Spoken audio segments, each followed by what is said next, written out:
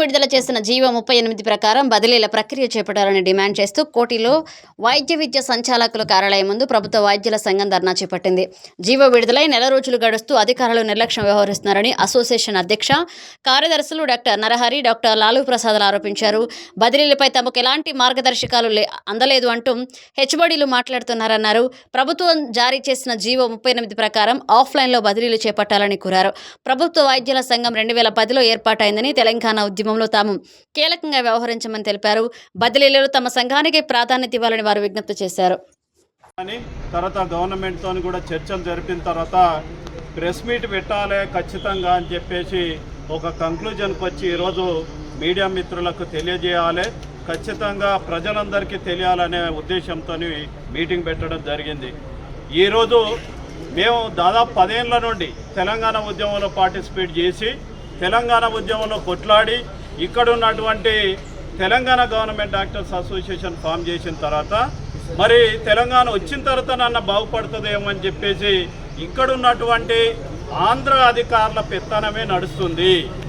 ఆంధ్ర అధికారులు ఎప్పుడైతే వెళ్ళిపోతారో అప్పుడే తెలంగాణలో ఉన్నటువంటి డాక్టర్లకి న్యాయం జరుగుతుందనే కంక్లూజన్కి ఈరోజు రావడం జరిగింది.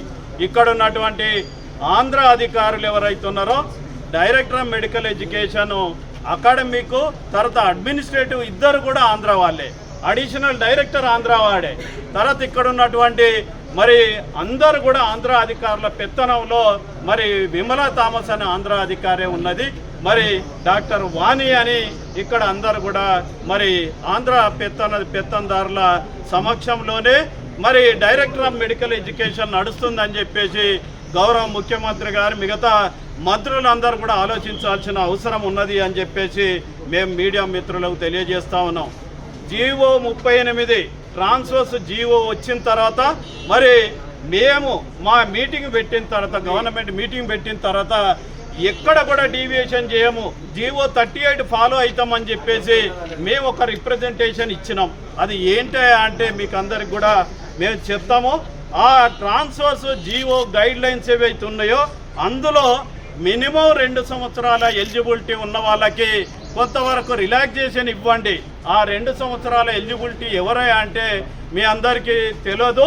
మరి సివిల్ అసిస్టెంట్ సర్జన్గా ఉన్నటువంటి డాక్టర్లు, అసిస్టెంట్ ప్రొఫెసర్గా ఉన్న డాక్టర్లకు చాలా మందికి ట్రాన్స్ఫర్లు చేస్తే ఎలిజిబిలిటీ రాదనే ఉద్దేశంతో మరి మంత్రి గారికి, అక్కడ ఉన్న ప్రిన్సిపల్ సెక్రటరీ గారికి మరి లెటర్ ఇవ్వడం జరిగింది. తర్వాత no mandatory shifting of doctors in rural areas, ఏదైతే 40% ఏదైతే ట్రాన్స్ఫర్స్ ఉన్నాయో మరి అక్కడికి ఒక డాక్టర్ కనుక ఆప్ట్ చేసుకోకపోతే, ఇప్పుడు కరీంనగర్లో ఒక డాక్టర్ ఉంటే కరీంనగర్లో ఆప్ట్ కనుక చేసుకోకపోతే అక్కడే ఉంచమని చెప్పేసి కొంత రిక్వెస్ట్ కూడా చేయడం జరిగింది. మేము మొదటి నుండి మొత్తుకుంటా ఉన్నాం. లాస్ట్ టైం కూడా ఇక్కడ మరి ఈ గవర్నమెంట్ ట్రాన్స్ఫర్స్ కండక్ట్ చేసింది, 2 సంవత్సరాలు కూడా కాలేదు, దాదాపు 1.5 year కంప్లీట్ అయింది. ఆ రోజు కూడా మరి ఆఫ్లైన్ ట్రాన్స్ఫర్లు మరి చేయమని చెప్పేసి అంటే అప్పుడు ఆఫ్లైన్ ట్రాన్స్ఫర్లు చేసారు. ఆఫ్లైన్ ట్రాన్స్ఫర్లు చేయమని చెప్పేసి మొత్తుకుంటా ఉన్నాం. ఆ జీవో 38 కూడా అదే చెప్తుంది. ఏం చెప్తుంది అంటే ఒకవేళ కనుక ఆఫ్లైన్ ట్రాన్స్ఫర్ చేయండి, ఆఫ్లైన్ జాగాలో